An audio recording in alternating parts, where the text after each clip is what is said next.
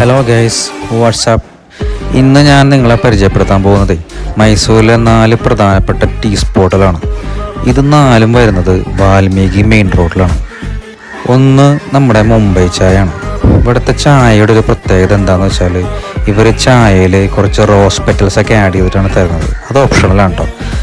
പിന്നെ മറ്റു പല ചായകളായ മസാല ചായയും ജിഞ്ചർ ചായയും ഒക്കെ ഇവിടെ കിട്ടും. രണ്ടാമത് വരുന്നത് നമ്മുടെ ബീൻ സ്റ്റോഫ് കഫേയാണ്. മുംബൈ ചായയുടെ നേരെ ഓപ്പോസിറ്റ് തന്നെയാണ് ഇത് വരുന്നത്.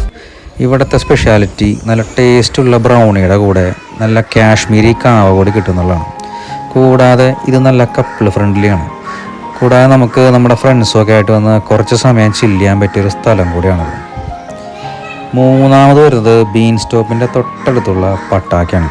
ഇവിടുത്തെ പ്രത്യേകത ഇവിടെ ചായയില്ല.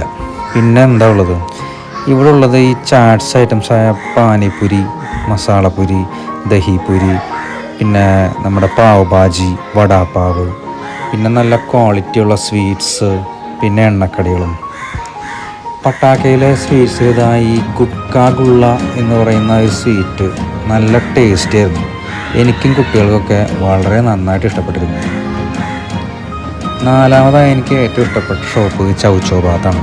ഇവിടുത്തെ സ്പെഷ്യൽസ് ചൗച്ചോ ബാത്ത്, കാരാബാത്ത്, സരള ഉപ്പിട്ട്, പിന്നെ ചായ, കഷായം ഇതൊക്കെയാണ്. കഷായം എന്ന് പറയുമ്പോൾ നമ്മുടെ ആയുർവേദത്തിലെ കഷായം പോലെ ചവർപ്പുള്ളതല്ല. ഇത് കുറച്ച് ഔഷധക്കൂട്ടിൽ ലെമൺ ജ്യൂസും ഷുഗറൊക്കെ ഇട്ട് ഒരു ചായയുടെ ഒരു പകരക്കാരൻ എന്നൊക്കെ പറയാം. പിന്നെ ഇവിടുത്തെ സ്പെഷ്യൽ ഇതൊന്നും അല്ല കേട്ടോ, അതിതാ ഈ സാധനമാണ്, കായ് ഹാലു ഗഞ്ചി. സംഭവം നമ്മുടെ തേങ്ങാപ്പാൽ ഒഴിച്ച കഞ്ഞിയിൽ കുറച്ച് നെയ്യൊക്കെ ചേർത്ത് ഒരച്ചാറും കൂട്ടി ഒരു പിടിപിടിക്കണം. ഇതാണ് മോനെ സാധനം. കൂടാതെ ഇവർ നല്ല ഹെൽത്തിയും ഹൈജീനിക്കും ഒക്കെ ആയിട്ടാണ് ഇവിടെ ഫുഡ് സെർവ് ചെയ്യുന്നത്. പിന്നെ കഴിച്ചു കഴിയുമ്പോൾ നമുക്ക് വയറ് നിറയാത്തൊരു ഫീലാണ്. കാരണം ഈ ആയുർവേദം പറയുന്നത് അരവയറ് കഴിക്കുന്നതാണ് നല്ല ആരോഗ്യ ലക്ഷണം എന്നല്ലേ.